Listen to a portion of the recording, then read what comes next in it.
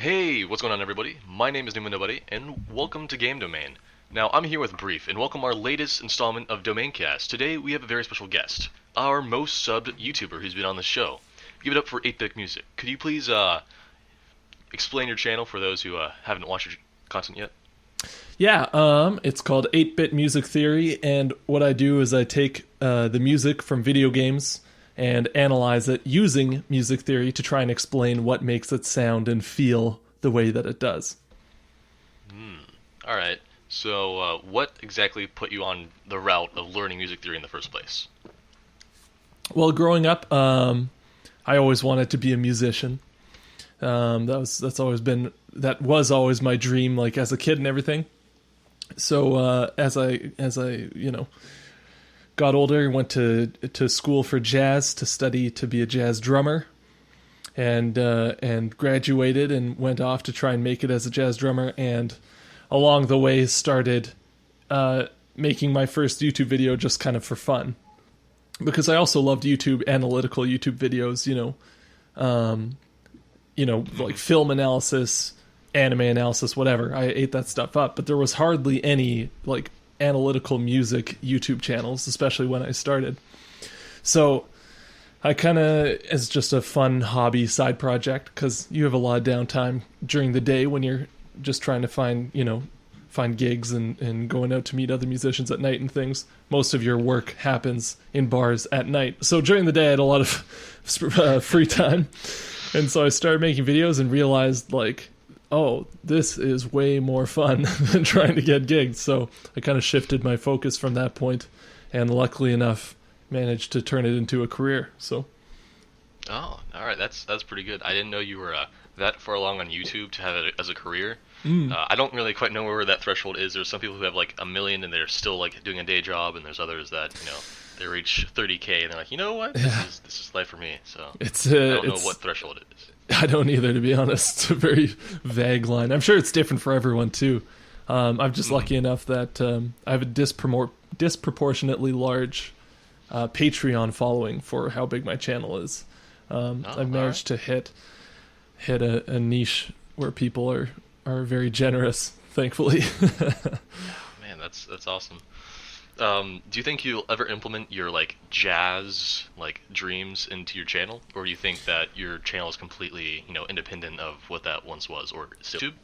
Yeah, before all this pandemic stuff started, I had big plans for this year to put together an album and record with local jazz musicians, record some arrangements of video game tunes, and I still am planning to do that. It's getting postponed a little bit till people are allowed to leave their house, but hopefully by the end of the year still I'll have some music out. What if it doesn't subside? You think you're just gonna hop into a Skype call and just like play some tunes together? There might be some thing to do. Might try and put together some stuff solo. I don't know. We'll have to see. Do you have any like contacts and like is there a community of people who discuss music in YouTube, or is this kind of just like you're doing your own thing and he's doing his own thing and she's doing whatever she wants?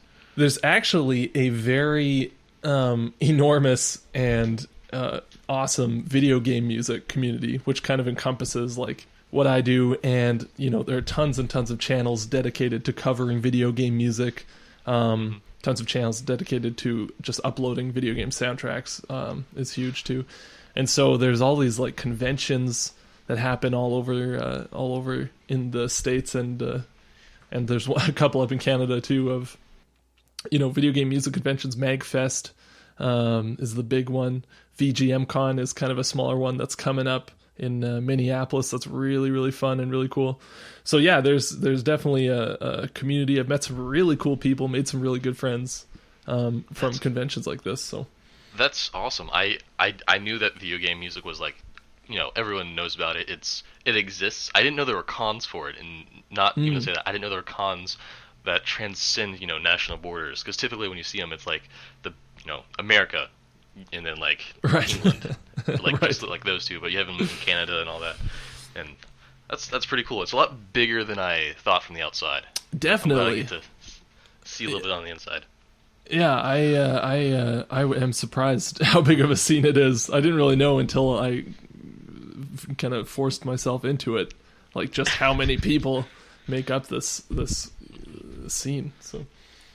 So a lot of people, they make their first video and they delete it after a few years. Is your first video that you ever made on YouTube still up for this channel? It's still up, but if I had my way, I would delete it. I can't watch anything that I've made. I can't watch anything that I've made. Period. To be honest. But my first 10 videos are especially egregiously bad. But they the very first video I put up was about looking at all the different overworld themes throughout the Zelda franchise and kind of taking apart what made them different from each other and what about them specifically related to the themes of the game. So like Majora's Mask's overworld theme sounds a lot darker and more sinister than Ocarina of Time, for example, which fits with the tone of the game, you know. I'm looking at, so your Final Fantasy VII video is your third or fourth video? Yeah, super early on. Yeah, that's one of the few videos I've watched, and I might, after this, watch a few more videos, because I obviously enjoyed the videos.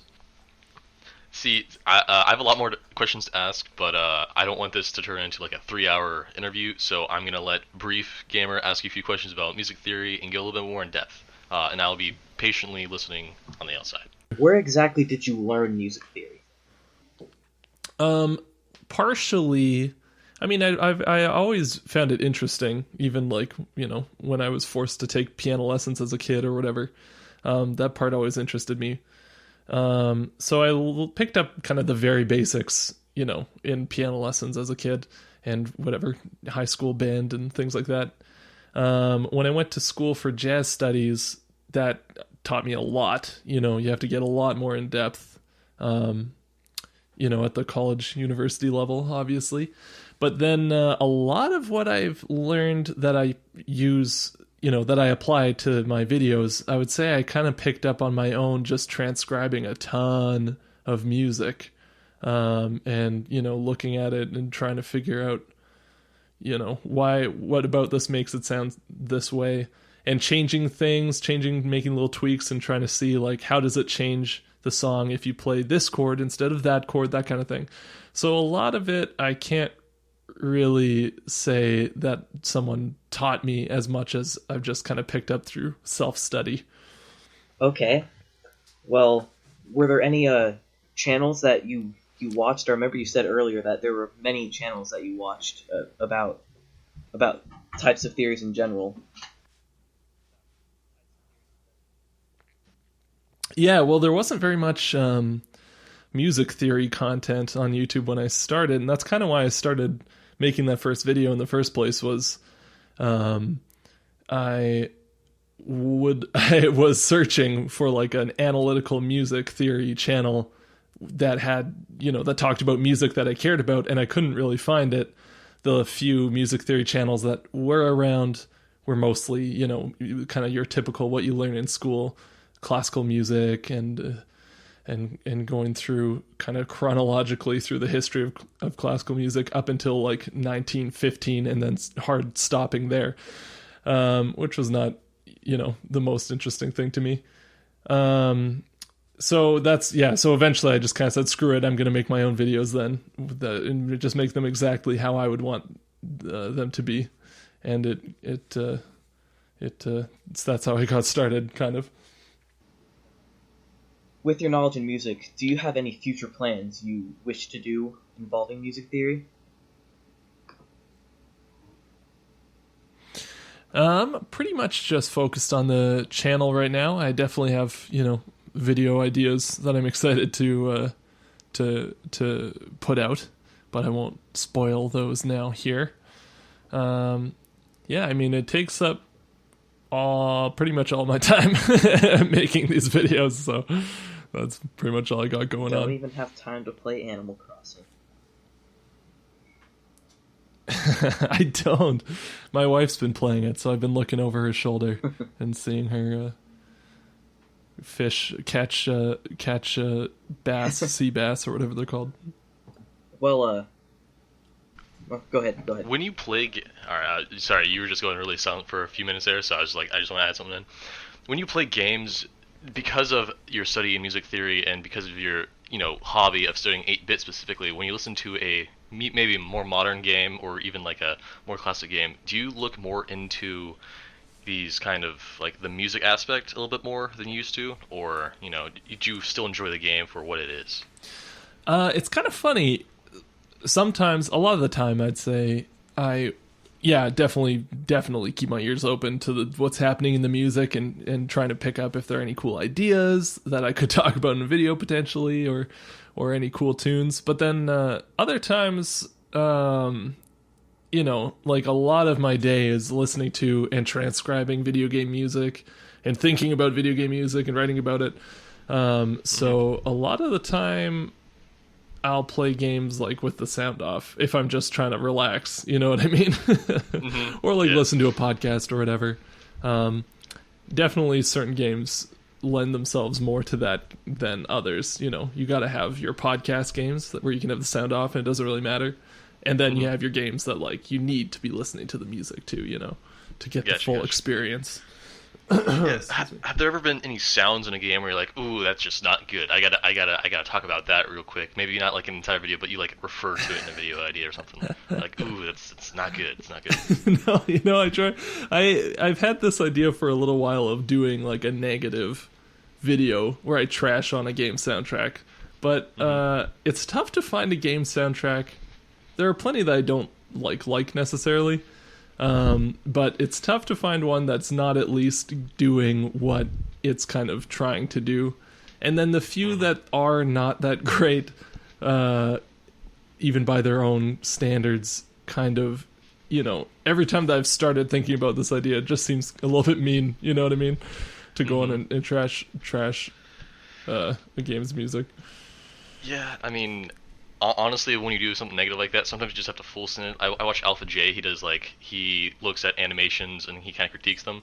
He does a lot of positive stuff, but whenever he does negative stuff, he's like, well, we're doing negative, so I got to full send this. I got to say everything that's bad about this. So it does come off kind of mean, and I can definitely see why you neglect to actually go down that path with some of your videos. Well, I think because that kind of criticism can be valuable. It can be super interesting, but it's tough. Like, if it's like an animated whatever show or movie or something, at least there's like 100 people who worked on it if it's a big budget thing. So the blame gets spread around, but there's always just one guy writing whatever song you're trashing on. Like there's usually only one composer, or if there's a sound team, like there's one person responsible for every individual song, right? Usually, I should say. Yeah. No, I totally understand that. When they hear that criticism, or if they ever do, it'd be a lot more personal to them rather than like man, why did I join that, dev team or yada yada. Right. Yeah. Yeah, and there. This might sound like a flex, but there have been enough like composers that I've talked about who have, shared my videos or retweeted them or whatever, that I'm like, oh, this does get back to people. Even people who are way too big and famous and important that I would ever think they would see my stuff. Like, sometimes it happens, so. Have you ever been starstruck? Have you ever, like, someone else in the community or someone else that you look up to, have they ever, like, come down and, like, talk to you? Oh, man. The Marty O'Donnell, the composer for the Halo games, the original, trilogy. I made a video about ODST, just one tune from ODST I was talking about, and then he like tweeted about it and said some nice stuff, and then DM'd me on Twitter and was like, "Hey man, you had a really cool video. Like I really liked what you're doing." And I was so like that's the only time that I've ever been like starstruck, where I'm like, like being 12 and just sitting on the Halo 3 menu for like 10 minutes just to hear that music. Like a lot of. Yeah, that was my big moment. Yeah, that's insane. I'll let Brief ask a few more questions. I just didn't want it to be dead silence for too long. It's fine. And speaking of you working with other people, were there any channels you have collaborated with or want to? Let me think. I've started way more collaborations than I've finished. It's always tough to get projects done, especially with people who are used to working just on their own stuff. But it'll be out by the time this podcast comes out, probably. I was a guest on a Game Explain video. They're doing a new series talking about video game music, and they got me to come on and talk about Super Mario Maker 2's soundtrack a little bit. So that was cool. I think that's the only collaboration that I've actually managed to like finish. So it turns out that even the music community is just as bad at doing collaborations than everyone else. Yeah, exactly. Yeah, it's tough. Yeah, collaborations are hard because it's grabbing a bunch of people that, may or may not be dedicated to a certain art, craft, or whatever. Or even they might be dedicated to it, they just might not work good with the team.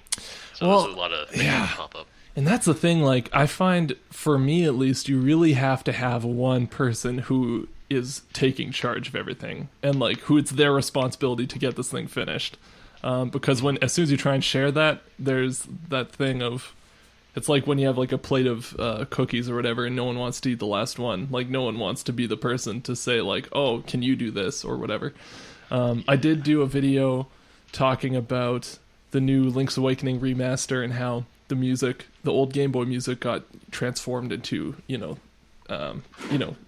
using live musicians, of course, but specifically using like wind quintet and these smaller chamber ensembles, which are usually reserved for classical music. And I loved that soundtrack. I thought it was so cool. So for part of the video, what I did is I got these 3 musicians who do video game covers and have channels dedicated to video game covers, and they're all wind instrument players. So one is a bassoonist, one is a clarinet player, and then one plays flute and oboe, and a bunch of other wind instruments too. And so I got them to like record a wind quintet arrangement of the Pokemon theme of my own, like kind of saying like, oh, this is what I learned about arranging from listening to this soundtrack. Here's how I applied it to my own arrangement. And so that was a collaboration where it was very clear, like, here's what I need from you guys. Here's when I need it. Like, can you do that? Mm-hmm. Yes. Okay. And it worked, it went perfectly.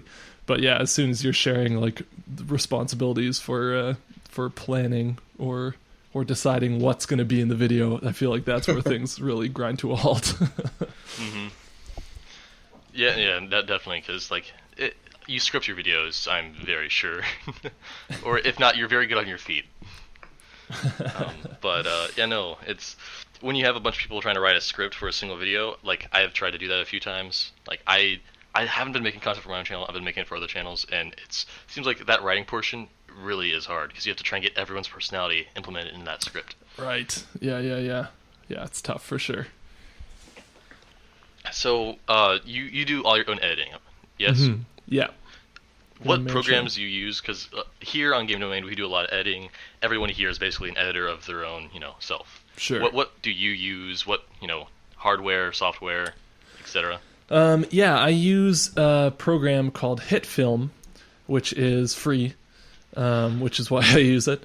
For the first maybe 10 or so videos that I made, I used Microsoft or Windows Movie Maker, which quickly, that became that's not what you want to be using for your stuff. No, I've been there. I've been there, done that. I've made tutorial videos for Movie Maker. It's not a fun thing to edit with. Yeah, and I was a total noob when I started. I had no idea how to edit video, and so it was great. You can't get past that. Yeah. It was a good stepping stone of like learning basic stuff, and then I heard I can't remember who now, some other YouTuber I followed back in the day recommended HitFilm because it was free, and so I downloaded it, and I've just been using it ever since. I haven't tried any of the big Vegas or whatever the big editors. Well, I actually went down the same road. I went from Movie Maker to HitFilm to Premiere, Adobe. I'm now certified in all those things, and HitFilm is very good. It is basically Premiere and After Effects mixed together, and it's great. How long does it take you to actually edit those videos, though? It takes a long time. It takes about a week from, like, I record all my voiceover separately, do all my audio, like get the full YouTube videos audio track finished, and then edit the video over top of that. So from the point of like the audio is done, starting to edit the video, it takes about a week. Maybe like, I don't know, 20 to 25 hours of work, something like that. That's that is a lot of work. That is a lot of work indeed.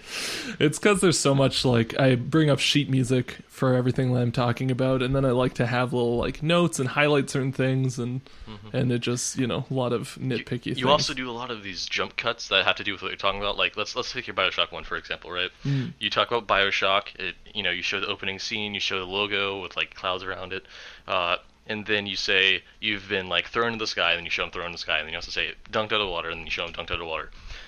Like taking those clips, does that take a while as well, or is it mostly just in the audio phase that takes the most time? Well, the thing is that if, the amount of time it takes to make a video varies hugely partially because of this. Like, if you'll notice that in the BioShock video, all the footage pretty much is from pretty early on in the game. I think I had to go a little bit later for one thing, but yeah, just like the amount of time it takes to play through a game to get to the part that you need to record, like that's a huge time sink. So is it a chore to do that? Like, to just play through a game and then like you're just recording it just to record it, not necessarily to play it? Right. Yeah. Sometimes it is. Sometimes it isn't. It's a nice like excuse to I have to play a video game for work. Oh no, you know what I mean? But it does. If I'm trying to like get a video out quick, it can be annoying.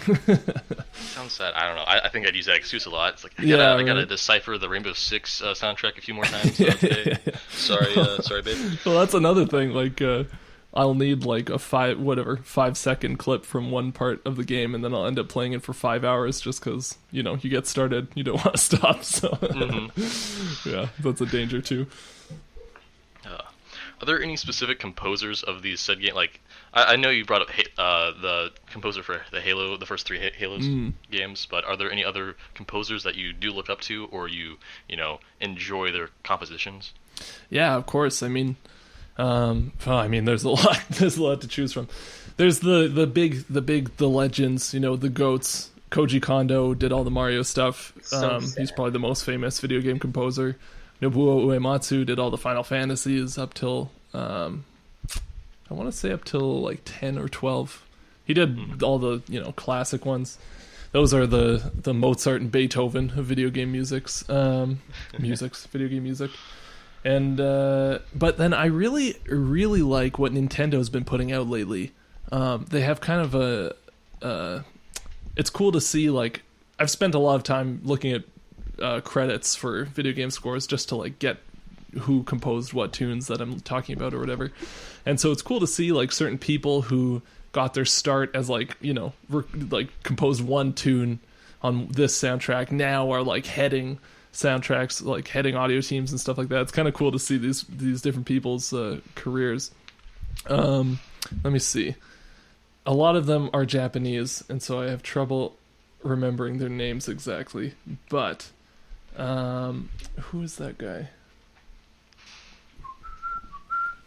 Okay, so Toru Minegishi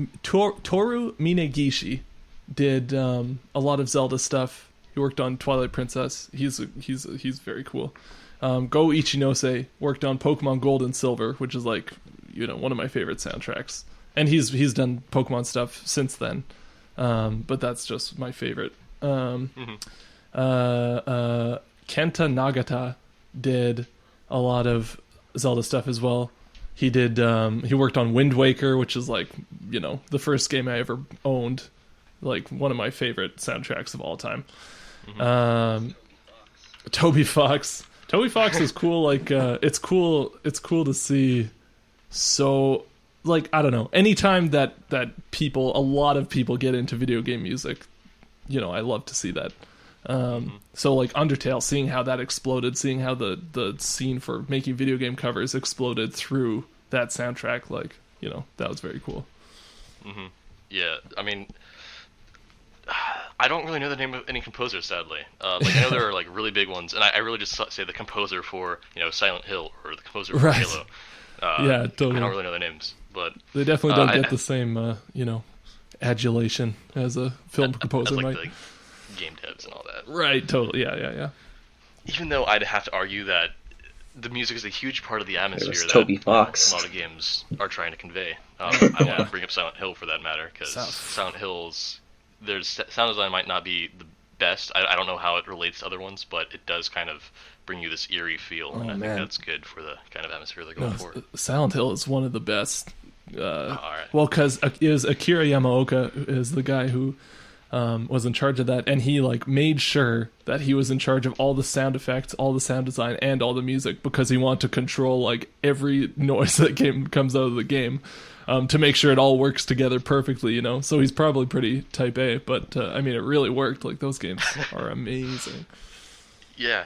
I don't know much about music theory, so I mean, see, we haven't really asked about what music theory it is itself. We've asked how you learned it, why you learned it, and then what brought you to learn it. But what is music theory on a game's perspective, other than it being something that just exists for it to sound better and immerse you in the game? Is there more to it, or is that just it? Yeah, I mean, music theory. It's I think the kind of common conception of music theory is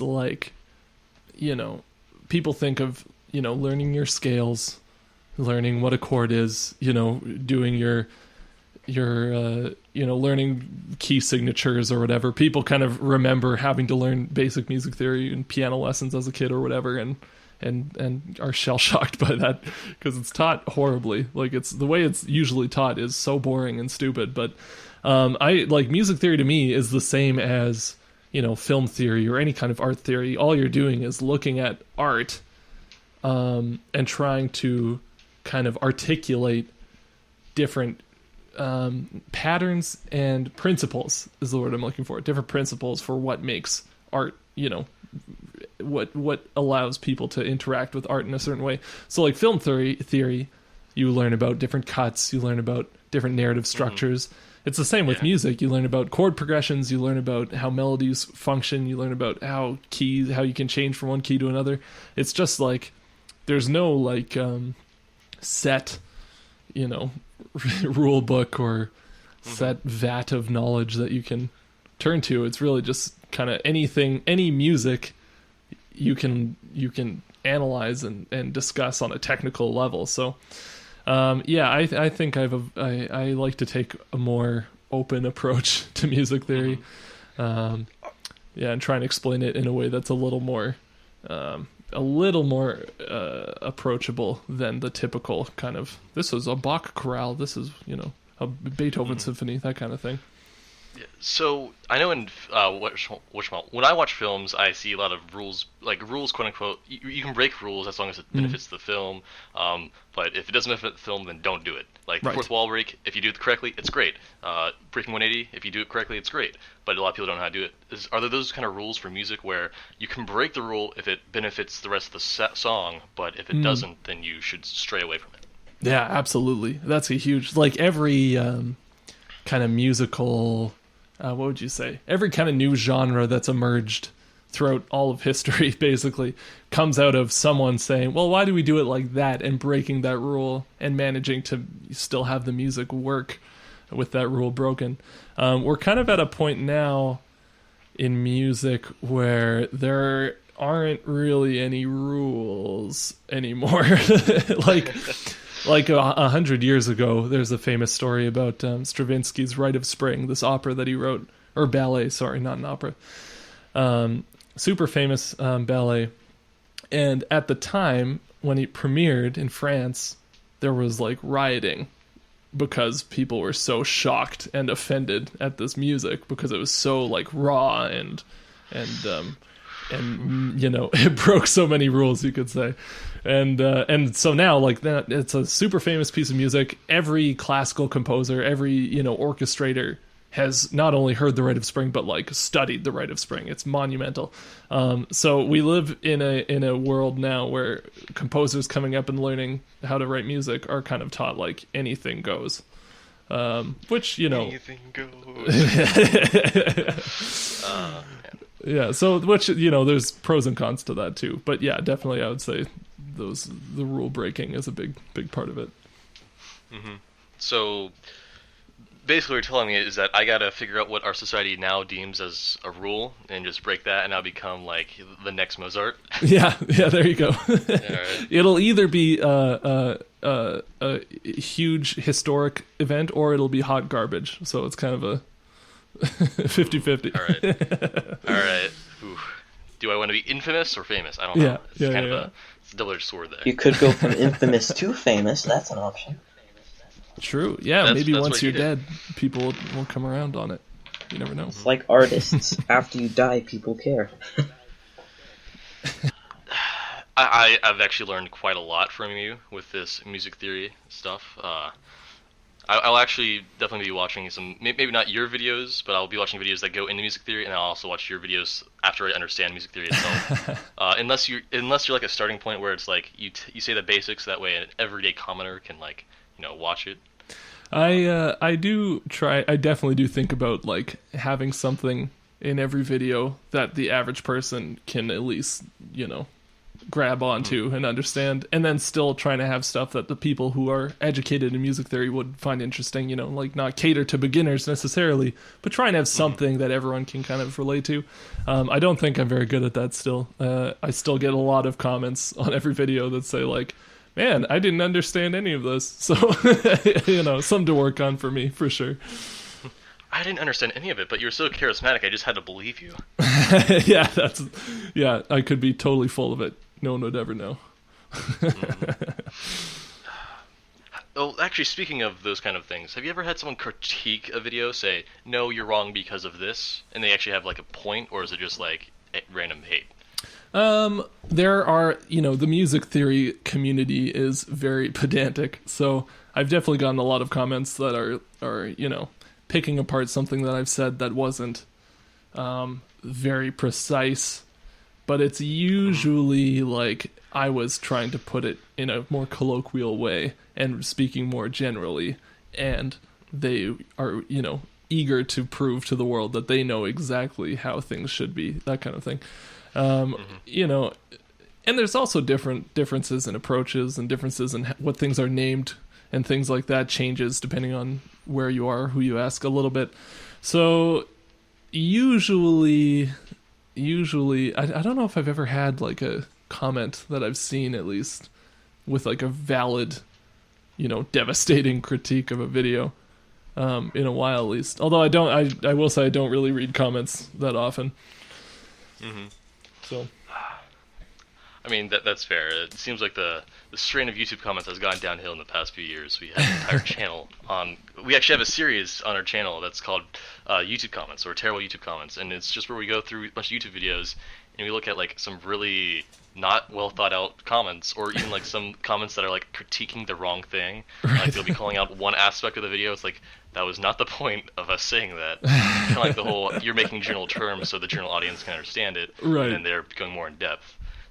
We kind of look at those that are kind of like not thought out. Like we're okay with the satire ones, but the ones where it's like high horror stuff, we kind of look at those and we're like, all right, so this is what we don't do in YouTube comments. So we're gonna put that in full blast on the internet. I like that. That's a good idea. Hopefully, it'll dissuade people, or maybe it would encourage people for. It might encourage people. Comments. Yeah. Top That's 10 so most funny. annoying YouTube comments.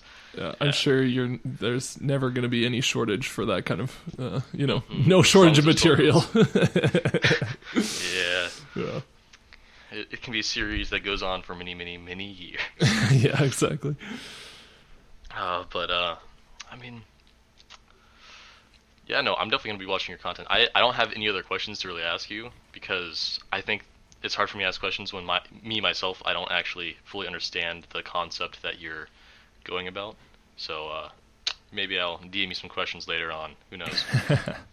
Get a better understanding of this world of the music community, because I have watched your videos. I have watched other people who critique music and games, or even just music for film, and it's really interesting to me because I like to know how things will, affect each other. The kind of dynamic between music and video, music and game, and then also like the way that gameplay would be involved in all that. Well, thank you. I hope you enjoy the channel if you do check it out. So as you've made these videos, we assume you've known all the music theory, but has there been any music theory you've learned along the way while making these videos? Oh yeah, yeah, definitely. I try. Well, I think I try and make it so that I learn something new for every video I make. Kind of like, because I'm usually trying to figure something out. You know, like if I'm not trying to learn something in the process of making the video, then it's probably not going to be that interesting of a video. You know what I mean? So even if it's not necessarily like a groundbreaking music theory concept that I never heard of before or whatever, like just, analyzing, whatever, a bunch of different Mario tunes, or like this latest video I just put out talking about Mario Galaxy's Gusty Garden theme. Taking apart that melody taught me a lot about just like how to structure melodies well, and like why, trying to figure out what makes that melody work so well and stick in your head and all that stuff, like gave me a lot to think about, and a lot of there's a lot of ideas in there that I unpacked that I hadn't really thought of, or that I hadn't thought of as much or in the same way before looking at that tune. So yeah, and there are bigger things too that I've learned in the process of trying to read a lot of music theory books and arranging books and listening to a lot of music and just trying to learn as much as I can about it. Wow. Wow. So speaking of that, with those experiences, has there been any video that's been your favorite to work on? Oh, that's a good question. I really liked I did a video early this year just talking about my top five musical moments of the last decade. And it was kind of just trying to, just fitting the theme of like the new year. I put it out in early January, and it was the 2020, everyone is doing this kind of retrospective look back at the last decade kind of videos. And so I was, looking through all the games that came out from 2010 to 2020, and, just looking through, trying to remember what I played and what musical stuff I remembered throughout the decade. And that was super fun to make, because I just kind of talked about the stuff that I thought was cool without worrying at all about, has anyone played this game? Will anyone care about this? And people did care about it. It did pretty well. Got decent views and everything, and got to mention there's this game, Snipper Clips. Yeah. On the Switch. It's got a banging soundtrack, super underrated, and no one ever talks about it. And I'd been wanting to do a video on it for a long time because it's such a fun, cool soundtrack, but I couldn't really think of like how to frame it. So just having like a little section of this whole video to dedicate to Snipper Clips and talking about it was super fun. Wow, I should really go back and listen to that. Well, that's all the questions I have. I've never heard of that game. I don't play Switch. Like I love a lot of the games that come out on Nintendo products. I just haven't bought the Switch yet. But is there anything that you want to bring up to kind of finish this off, and then we can do our outros and link you in the script? No, I mean I'm happy. So, all right, let's outro. Let's outro. Out the road. All right. What rope? What? Nothing. Okay, that was weird. Alright everybody, my name is Newman Nobody. This was 8-Bit Gaming and Brief Gamer Up. This was an interview on the DomainCast. Now if you guys want to check out other content made by either of them, their links will be down in the description. By myself, link will also be down there. If you guys want to check out other Game Domain or Film Domain content, those will also be down in the description. We will see all you guys in the next video, podcast, or interview. Peace. Bye. Bye.